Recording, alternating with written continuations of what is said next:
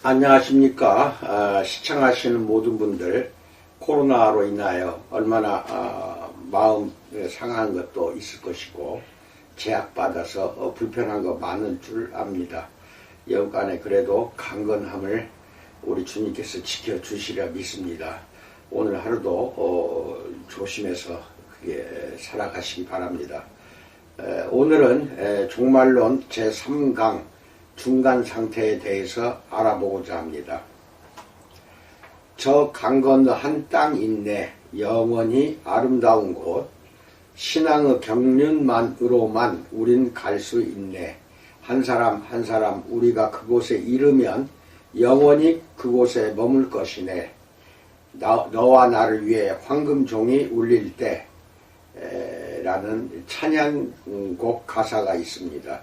이 옛날 찬양은 많은 그리스도인들이 사후의 삶에 관한 개념을 가지고 있음을 표현해 줍니다.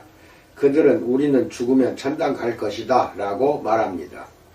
천국에 대한 일반적인 개념은 그곳이 신앙의 사람이 죽어 사망의 강을 건넌 후에 다다를 지복의 상태, 즉 영원히 아름다운 곳이라는 것입니다.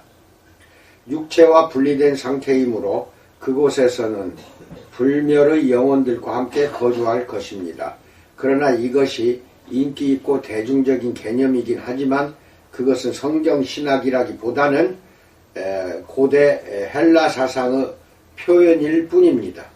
대개 플라톤의 철학적 전통을 따르는 히랍인들은 대개 우주적 이원론을 믿고 있었습니다. 그들에 의하면 두 세계가 있습니다. 다시 말하면 보이는 세계와 보이지 않는 세계, 가시적 세계와 비가시적 세계, 현상계와 이상계입니다.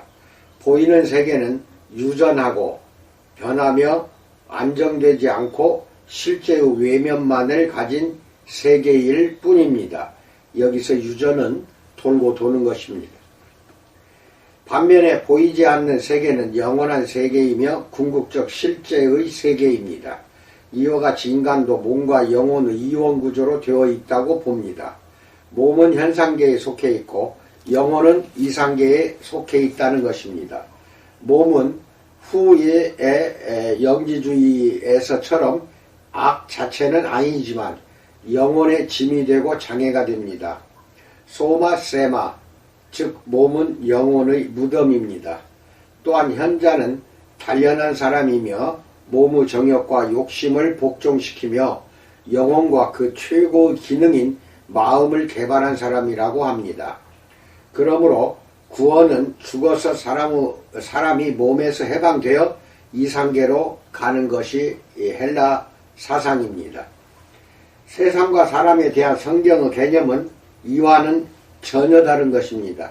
구약의 근본적인 사상은 하나님이 창조자이시고 세상은 그의 피조물이므로 선하다는 믿음입니다. 창세기 1장 12절, 18절, 21절, 25절, 31절에는 하나님이 지으신 그 모든 것을 보시니 보시기에 심히 좋았더라 라는 말씀이 나옵니다. 세상은 하나님의 영광을 위해 창조되었습니다. 시편 19편 1절 읽으세요. 창조의 궁극적 목표와 목적은 창조주를 영화롭게 하며 찬양하는 것입니다. 시편 98편 7절로 9절 읽으세요. 히브리인들에게는 자연이라는 개념이 없습니다. 그들에게 세상은 하나님의 끊임없는 활동 무대입니다. 뇌성은 하나님의 음성이며 시편 29편 3절로 5절, 역병은 전염병 말합니다. 여호와의 엄중한 손이고 사무엘상 5장 6절, 사람의 호흡은 하나님께서 그 코에 불어넣으신 기운입니다. 창세기 2장 7절, 시편 104편 29절.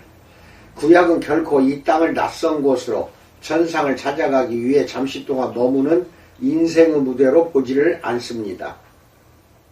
사람과 이 세상은 모두 창조의 질서에 속한 것으로 그 말뜻 그대로 세상은 사람의 운명에 참여합니다. 파티시페이트라고 합니다. 참여합니다. 구약에는 육적인 생명과 영적 생명, 사람의 내면과 외면, 높은 영역과 낮은 영역의 구별이 없습니다. 생명은 그 전체로서 하나님의 은사에 대한 충분한 향유로 표현됩니다. 누리는 것입니다. 향유. 어떤 신학자들은 이를 물질주의적이라고 합니다. 그러나 구약은 결코 이 땅을 낯선 곳으로 천상을 찾아가기 위해 잠시 동안 머무는 인생의 무대로 보지를 않습니다. 사람과 이 세상은 모두 창조의 질서에 속한 것으로 그 말 뜻 그대로 세상은 사람의 운명에 참여합니다. 구약에는 육적인 생명과 영적 생명, 사람의 내면과 외면, 높은 영역과 낮은 영역의 구별이 없습니다. 생명은 그 전체로서 하나님의 은사에 대한 충분한 향유로 표현됩니다. 이걸 제가 2번 연속해서 강조로 하는 것입니다. 어떤 신학자들은 이를 물질주의적이라고 합니다. 그러나 이는 그렇게 간단하게 볼 것이 아닙니다. 하나님께 대한 순종과 사랑에서만 향유될 수 있는 생명, 즉 신명기 30장 1절로 3절을 읽으세요. 이 생명은 물질적 번영과 다산 신명기 3장 9절, 장수 시편 34편 12절, 91편 16절, 신체적 건강과 안녕 잠언 4장 22절, 22장 4절, 그리고 안정 신명기 8장 1절을 포함하는 하나님의 모든 은사의 향유 시편 103편 1절로 5절을 의미합니다. 그러나 이런 좋은 것들을 향유하는 것 자체가 생명이라고 할 수는 없습니다. 왜냐하면 생명이란 하나님과의 교제 안에서 하나님께서 주신 은사들을 향유하는 것을 의미하기 때문입니다. 생명 자체를 포함해서 모든 좋은 것들의 근원은 오직 하나님이십니다. 시편 36편 9절 읽으세요. 그러므로 여호와를 버리는 자는 생명의 근원을 버리는 것이므로 수치를 당하게 될 것입니다. 예레미야서 17장 3절 읽으세요. 건강과 신체적 안녕이 생명이 의미하는 바에 속해 있다 해도 사람은 떡으로만 사는 것이 아닙니다. 신명기 8장 3절 읽으세요. 따라서 하나님의 말씀에 순종함이 없이 하나님께서 주신 은사들을 향유하는 것도 생명이 아닌 것입니다. 우리가 중간 상태, 인터미디에이트 스테이트를 알기 위해서는 사람에 대한 구약의 개념을 이해해야 하며 사람에 대한 가르침을 이해하기 위해서는 구약의 세계과 개념을 이해해야만 합니다. 구약이 세계를 이원론적으로 보지 않듯이 사람도 이원론적으로 생각되지 않습니다. 조심하시기 바랍니다. 이원론. 사람은 희랍적 사유에서와 같이 몸과 영혼, body and soul 또는 body and spirit 이런 이원적 구조를 갖지 않습니다. 신, 스피리트입니다. 신은 하나님의 기운, breath이며 세상 안에 작용하는 하나님의 능력입니다. 시편 40편 7절, 31편 3절. 생명을 창조하고 유지하는 것이 하나님의 기운입니다. 시편 33편 6절, 104편 29절로 30절 읽으세요. 사람의 신, 스피리트도 하나님께로부터 온 사람의 호흡입니다. 이사야서 42장 5절, 욥기 33장 4절, 27장 3절, 32장 8절 읽으세요. 하나님께서 생기를 사람에게 불어 넣으셨을 때 사람이 생령, a living soul, 즉 살아 움직이는 존재가 된 것입니다. 창세기 2장 7절 읽으세요. 사람뿐 아니라 동물도 호흡을 해야 합니다. 창세기 7장 15절 읽으세요. 그러므로 구약에서 네페시의 근본 의미는 사람, 즉 출애굽기 21장 23절, 사사기 5장 18절, 시편 33편 19절, 이 사람과 동물, 잠언 12장 10절 모두를 활동하게 하는 생명의 원칙입니다. 따라서 네페시의 의미는 개인으로서 이 사람을 지칭할 뿐 아니라 창세기 14장 21절, 46장 18절, 출애굽기 16장 16절, 민수기 5장 6절, 신명기 24장 7절, 에스겔서 33장 6절 읽으세요. 식욕과 욕망의 자리인 동시에 감정과 사상을 지닌 자아를 의미하기도 합니다. 그러나 구약 어디에서도 사람이 몸이나 육체라는 낮은 부분과 영이나 혼이라는 높은 부분으로 구성되어 있다고 말하지를 않습니다. 사후의 존재에 대한 구약의 개념은 이런 인간관과 밀접한 관계를 가지고 있습니다. 영혼은 육체라는 물리적 세계를 벗어나서 하나님의 세계로 가는 것이 아닙니다. 오히려 사람은 스올로 내려갑니다. 스올, 잘 기억하세요. 이 스올은 땅 아래에 있는 시편 86편 13절, 잠언 15장 24절, 에스겔서 26장 20절, 깊은 곳으로 시편 63편 9절, 에스겔서 31장 14절, 32장 18절 생각되었습니다. 그러나 스올이 무덤과 동일시 될 수는 없으니 이는 무덤에 묻히지 않은 자도 스올에 있다고 하기 때문입니다. 창세기 37장 35절 읽으세요. 그러므로 스올은 죽음과 동의어로 보입니다. 따라서 장소라기보다는 상태를 말합니다. 이것은 하나님의 축복을 받지 못하는 존재의 상태입니다. 전도서 9장 10절, 이사야서 38장 18절, 시편 88편 12절, 115편 17절 읽으세요. 이때에도 의식과 자기 본질, 아이덴티티는 유지가 됩니다. 에스겔서 32장 17절로 32절에서는 애굽인들이 지하에 던져질 것이라는, 즉 전쟁에서 죽임을 당하게 될 것이라는 저주가 나타나며, 따라서 스올의 거주자들은 아수르인, 엘람인, 에돔 사람을 포함한 모든 종족이 될 것이라고 말합니다. 이사야 14장 9절로 10절은 스올의 사자들이 바벨론 왕을 맞으려고 소동한다고 표현합니다. 일찍이 땅의 왕들이었던 사람들이 이전 동료를 환영하려고 그들의 보좌로부터 일어난다는 것입니다.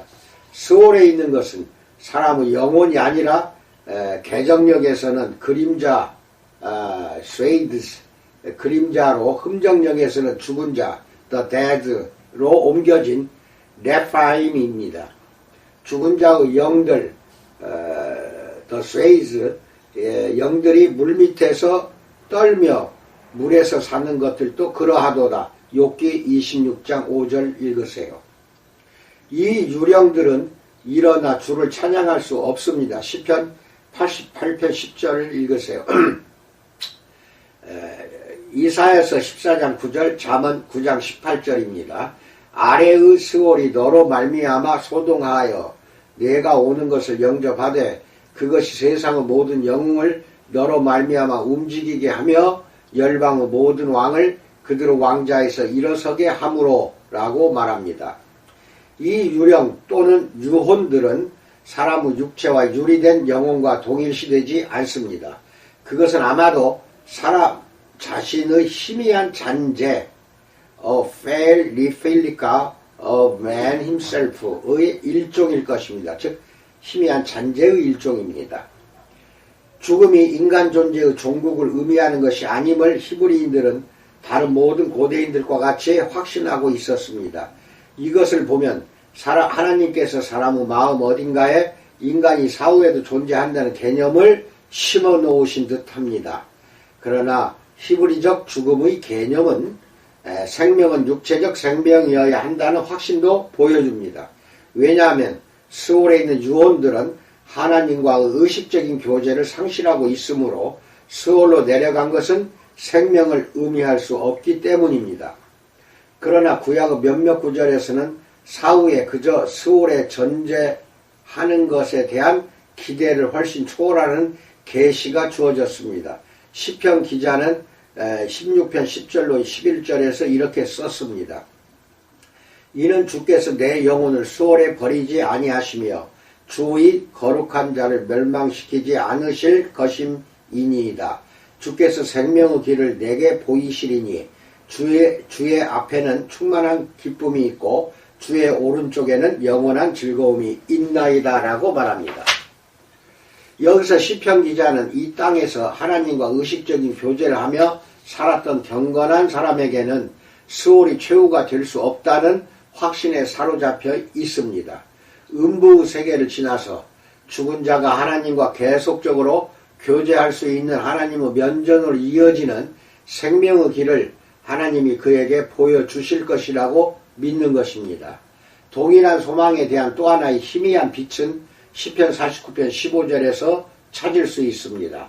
그러나 하나님은 나를 영접하시리니 이러므로 내 영혼을 수오르 권세에서 건져내시리로다 라고 말합니다. 같은 사상이 시편 73편 24절에도 나타납니다. 주의 교훈으로 나를 인도하시고 후에는 영광으로 나를 영접하시리니 라고 말합니다. 그러나 구약에서 생명은 신체를 가진 존재입니다. 여기에 몸의 부활 교리가 생명 개념에서 왜 그렇게도 본질적인가 하는 문제의 해답이 있습니다. 이제 우리가 신약으로 눈을 돌리면 중간 상태에 대해 말하고 있는 가장 생생한 구절은 누가복음 16장 19절로 31절에 나오는 부자와 나사로 이야기인 것처럼 보입니다. 이 이야기를 사후 존재 문제에 대한 계시로 취급하는 이들은 이 이야기가 비유로 불리지 않았음에 주목합니다. 비유를 사용하실 때의 예수님의 일상적인 방법과는 달리 이야기 속 한 인물에게 나사로라는 구체적인 이름이 주어졌기 때문입니다. 그러나 나사로는 하나님께서 도우셨다, God has helped 라는 의미를 지닌 히브리어의 히라버형이고, 가난한 자는 부유한 자를 의지하지 않고 하나님을 의지했으며 따라서 하나님께서는 그에게 구원의 선물을 주셨다는 상징적 의미가 있는 것입니다. 만일 이 이야기가 사실이라면 이는 중간 상태가 음부 헤이즈와 아브라함의 품이라는 두 부분으로 나누어져 있음을 가리킵니다. 하데즈는 히브리어 스올에 상당하는 헬라어입니다. 아브라함이 있는 곳과 하데스 사이에 큰 구렁텅이가 놓여 있으니 의사소통은 가능한 것으로 묘사되어 있습니다. 결국 하데스에 있는 악한 자들은 불 가운데서 고통당하지만 의로운 자들은 아브라함의 품 안에서 축복받음을 대조해서 가르치는 것입니다. 그런데 여기 이 이야기에는 중간 상태에 관한 전체 성경의 가르침과 상충하는 점이 하나 있습니다. 그들이 죽은 뒤에 심판과 보상이 곧 실시되었다는 점입니다. 다른 모든 곳에는 심판이 그리스도 재림 때 일어나는 것으로 기록되어 있습니다. 또한 이 이야기는 당시 유대교에 유행하던 하데스에 대한 개념을 반영하고 있으므로 이 이야기는 사실이 아니고 당대의 개념에 기초한 비유임을 알 수 있습니다. 더구나 예수님께서는 어느 곳에서도 부 자체가 지옥에 갈 만한 것이고 빈곤 자체가 하늘에 오를 만한 것이라고 가르치신 일이 없습니다. 그러므로 이 비유는 가난한 자와 그의 운명에 관한 것이 아니고 부자의 5 형제에 대한 것입니다. 요절은 누가복음 16장 31절 모세와 선지자들에게 듣지 아니하면 비록 죽은 자 가운데서 살아나는 자가 있을지라도 권함을 받지 아니하리라는 말씀이 듭니다. 이 비유는 예수님이 어떤 분이신가에 대한 성경의 증언을 받아들이지 않으려고 하는 유대인들의 완고함과 강팍함을 말하는 것입니다. 그러므로 중간 상태에 관한, 즉 적어도 의로운 자의 중간 상태에 관한 가장 분명한 복음서 말씀은 예수님께서 같이 십자가에 달려 죽어가는 행악자에게 하신 말씀입니다. 예수님의 행동에 깊이 감동받은 그 강도는 마침내 누가복음 23장 42절 예수여 당신은 나라에 임하실 때에 나를 기억하소서 라고 기도함으로 예수님께로 돌아섰습니다. 분명히 그 행악자는 예수님의 메시아직에 관한 논쟁의 얼마를 알고 있었을 것이고 예수님께서 십자가에 달리셨다는 사실에도 불구하고 그가 참으로 메시아이며 미래 어느 날엔가 그가 하나님의 기름 부음 받은 자로서 그의 나라를 세우기 위해 나타나실 것이라는 결론에 이른 것입니다. 이 아예 예수님께서는 누가복음 23장 43절 내가 진실로 네게 이르노니 오늘 네가 나와 함께 낙원에 있으리라 라고 대답하셨습니다. 여기서 낙원, 파라다이스라는 말은 공원이나 정원을 뜻하는 페르시아에서 파생된 헬라어입니다. 구약에서는 이 말이 에덴 동산을 가리킬 때 사용되었습니다. 에스겔서 28장 13절, 31장 8절 보시고 개역개정 성경에서는 동산이라고 번역되었습니다. 후기 유대 문학에서 이 말은 의로운 자가 죽음과 부활 사이에 거주하는 축복의 상태를 지칭하게 됩니다. 바울은 고린도후서 12장 4절에서 하나님의 거주지 dwelling place를 가리켜 낙원이라고 합니다. 그가 황홀경의 상태에서 낙원으로 사로잡혀 갔었다는 것입니다. 십자가상의 그 강도는 예수님께 대한 신앙을 표현했으므로 오늘 즉 죽자마자 곧 하나님의 면전에서 주님과의 교제를 향유하게 될 것이라는 말입니다. 그 어느 곳에서도 신약은 구속받은 자들이 중간 상태에서 그리스도와의 교제를 향유한다는 것 이상을 말하지 않습니다. 바울도 지금 사도로서 고통을 당하기보다는 빌립보서 1장 23절 차라리 세상을 떠나서 그리스도와 함께 있는 것이 훨씬 더 좋은 일이라고 할 때에 같은 것을 확인할 뿐이지 중간 상태에 대해 새로운 빛을 비춰주지는 않습니다. 디모데후서 4장 18절의 천국 헤블리 킹덤에 대한 언급도 아마 같은 희망을 지시하는 것일 것입니다. 몇몇 학자들이 중간 상태에 관해 새로운 빛을 던져준다고 생각하는 단락이 하나 있습니다. 고린도후서 5장 1절로 9절입니다. 만일 땅에 있는 우리의 장막집이 무너지면 하나님께서 지으신 집 곧 손으로 지은 것이 아니요 하늘에 있는 영원한 집이 우리에게 있는 줄을 아느니라. 참으로 우리가 여기 있어 탄식하며 하늘로부터 오는 우리 처소로 덧입기를 간절히 사모하노라. 이렇게 입음은 우리가 벗은 자들로 발견되지 않으려 함이라. 참으로 이 장막에 있는 우리가 짐진 것 같이 탄식하는 것은 벗고자 함이 아니요 오히려 덧입고자 함이니 죽을 것이 생명에 삼킨 바 되게 하려 함이라. 곧 이것을 우리에게 이루게 하시고 보증으로 성령을 우리에게 주신 이는 하나님이시니라. 그러므로 우리가 항상 담대하여 몸으로 있을 때에는 주와 따로 있는 줄을 아노니 이는 우리가 믿음으로 행하고 보는 것으로 행하지 아니함이로라. 우리가 담대하여 원하는 바는 차라리 몸을 떠나 주와 함께 있는 그것이라. 그런즉 우리는 몸으로 있든지 떠나든지 주를 기쁘시게 하는 자가 되기를 힘쓰노라 라고 말합니다. 이 단락은 대개 복음주의 학자들이 두 가지 서로 다른 방법으로 해석하는 단락입니다. 어떤 학자들은 두 가지 일이 동시에 일어난다는 것에 강조점을 둡니다. 그래서 죽어서 이 땅에서의 우리 몸이 파괴되면 죽는 순간에 손으로 지은 것이 아니요 하늘에 있는 영원한 구속된 몸을 갖게 된다는 것입니다. 바울이 초기 서신서들에서 성도 부활을 그리스도의 재림 때로 보았다는 것은 사실입니다. 데살로니가 전서 4장을 읽으세요. 그러나 고린도 전서와 고린도 후서의 중간에 이전에는 느껴본 적이 없는 임박한 죽음의 위험에 직면해서 고린도 후서 6장 9절 바울이 사후에 무엇이 일어날 것인가를 깊이 생각하게 되었다는 것이 일반적인 견해입니다. 그래서 그는 마음을 바꾸어 그리스도 안에 있는 자들은 죽자마자 곧 부활의 몸을 입게 될 것이라고 결론 지었다고 합니다. 그러므로 고린도후서 5장은 신약성경 중에서 의로운 자의 사후 상태에 관해 가장 충분한 설명을 한다는 것입니다. 이 견해에는 몇 가지 문제점들이 있습니다. 먼저 바울은 고린도후서를 쓰기 전에도 죽음을 모르는 이가 아니었습니다. 고린도전서 15장 31절에서도 바울은 이렇게 말합니다. 나는 날마다 죽노라. 즉 그는 항상 육체적 죽음의 위험에 직면한다는 것입니다. 둘째로 빌립보서 3장 20절로 21절에서 바울은 데살로니가 전서에서와 같이 몸의 변형을 그리스도의 재림때로 잡습니다. 그러므로 이것은 그가 중간 상태에 관해 자신의 마음을 바꾸지 않았다는 증거가 됩니다. 마지막으로 고린도후서 5장이 죽은 후 곧 부활의 몸을 갖게 된다는 것을 말하는 것이라면 왜 바울이 그리스도 재림 때 있을 미래의 부활의 필요성을 생각했는지를 해결할 수가 없습니다.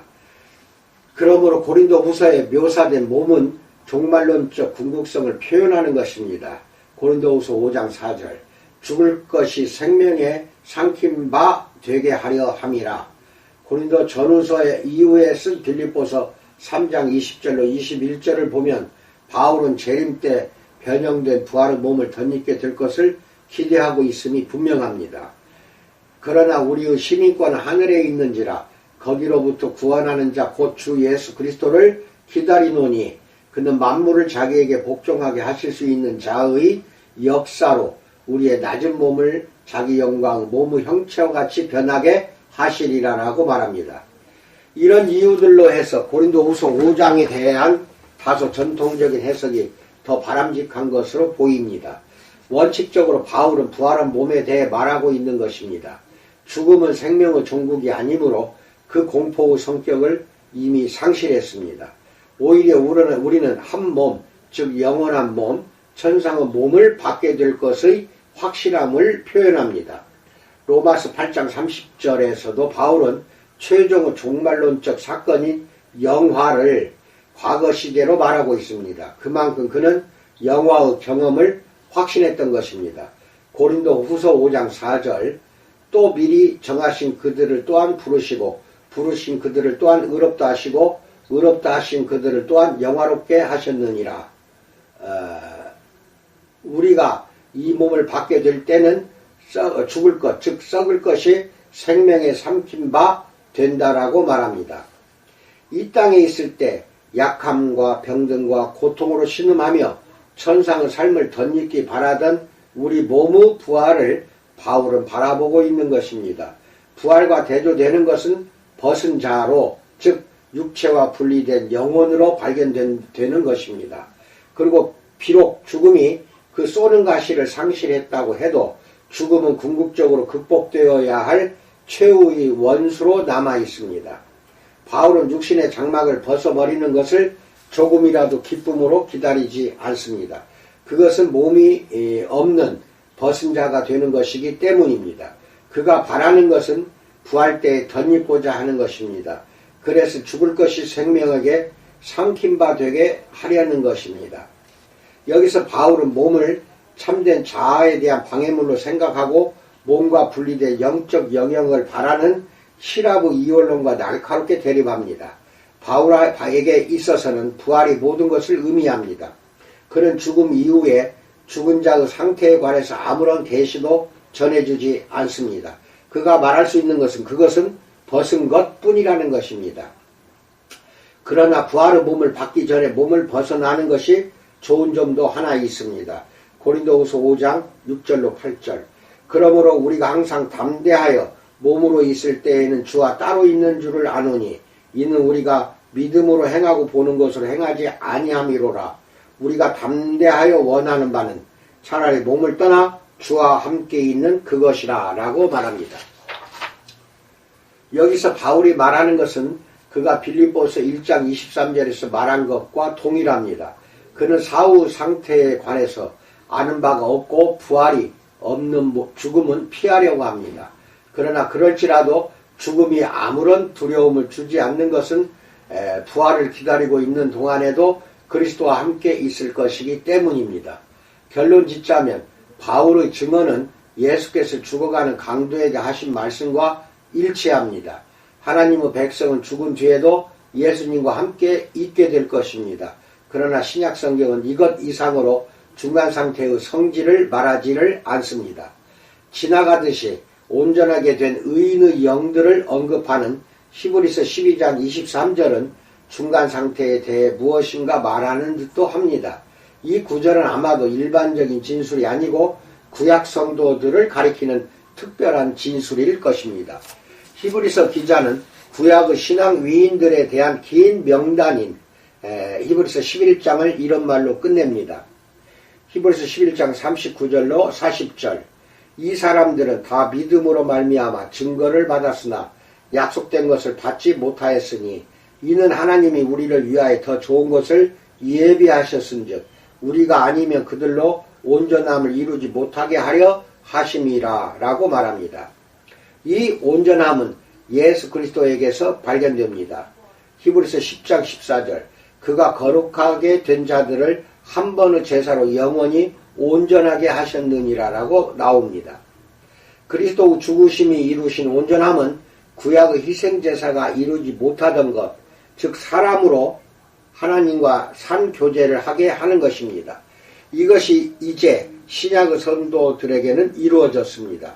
또한 이것은 구약의 성도들이 죽은 뒤에도 그들에게 적용되는데 이는 그들 역시 신앙의 사람들이기 때문입니다. 또 하나 어렵기로 소문난 구절은 베드로전서 3장 19절로 20절입니다.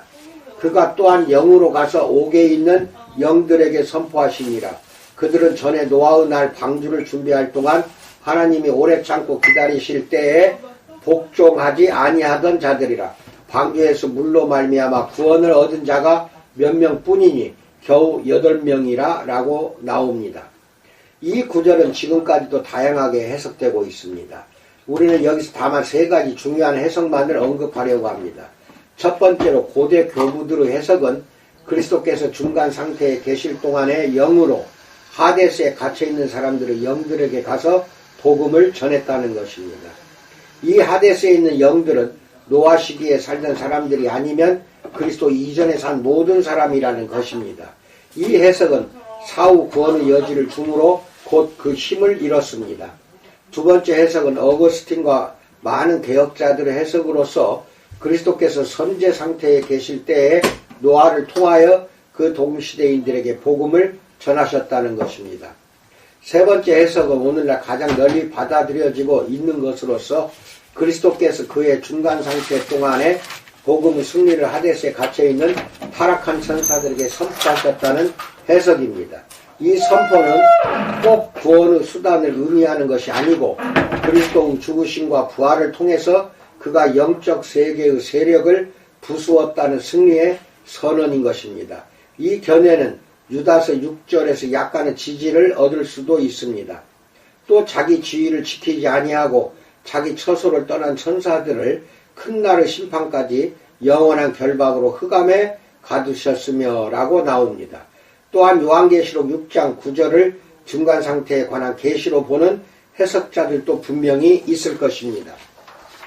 다섯째, 인을 떼실 때 내가 보니 하나님의 말씀과 그들이 가진 증거로 말미암아 죽임을 당한 영혼들이 제단 아래에 있어 라고 나옵니다.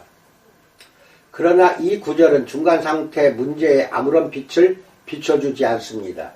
이것은 오히려 순교자들의 죽음을 은유적인 방법으로 묘사하는 것이며 그들이 사후에 거주하는 곳에 대해서 말하는 것은 아닙니다. 구약에서 동물들은 여호와께 희생으로 드릴 때 그들의 피는 담 밑에 쏟아 드렸습니다. 레위기 4장 7절 읽으세요. 이처럼 마치 순교자들의 영혼들이 하늘 번제단 밑에 있는 것처럼 묘사한 것입니다. 그들의 생명이 하나님께 희생 제물로서 바쳐졌기 때문입니다. 이렇게 신약은 종종 희생제적 죽음의 용어를 사용해서 말합니다. 죽음을 앞둔 사도 바울도 이렇게 썼습니다.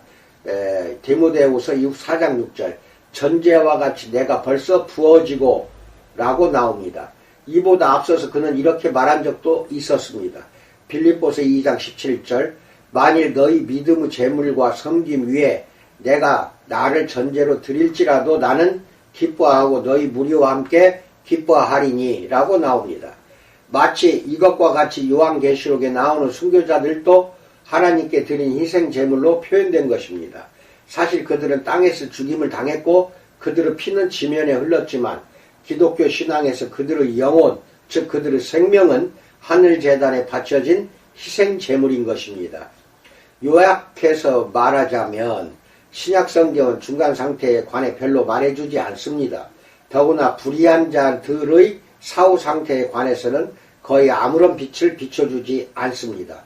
복음서와 바울이 가르치는 유일한 것이 있다면 의로운 자들, 즉 신자들이 사후에 그들의 부활을 기다리면서 하나님 앞에서 그리스도와 함께 있을 것이라는 것뿐입니다.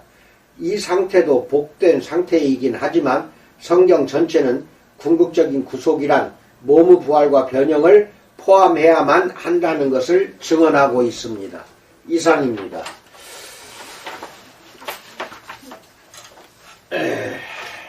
종말론에 대한 여러 가지 해석들이 있습니다. 그러나 어떤 것이 가장 성경에 부합되며 성경적인 해석인지를 잘 판단해서 여러분들은 들으셔야 됩니다. 그래서 내가 준비한 종말론은 그 해석을 돕기 위한 말씀이니까 잘 들으시고 여러분 것으로 잘 받아들이시기 바랍니다. 오늘 하루도 주님의 풍성한 은혜가 넘치게 부어지기를 간절히 축원드립니다. 감사합니다.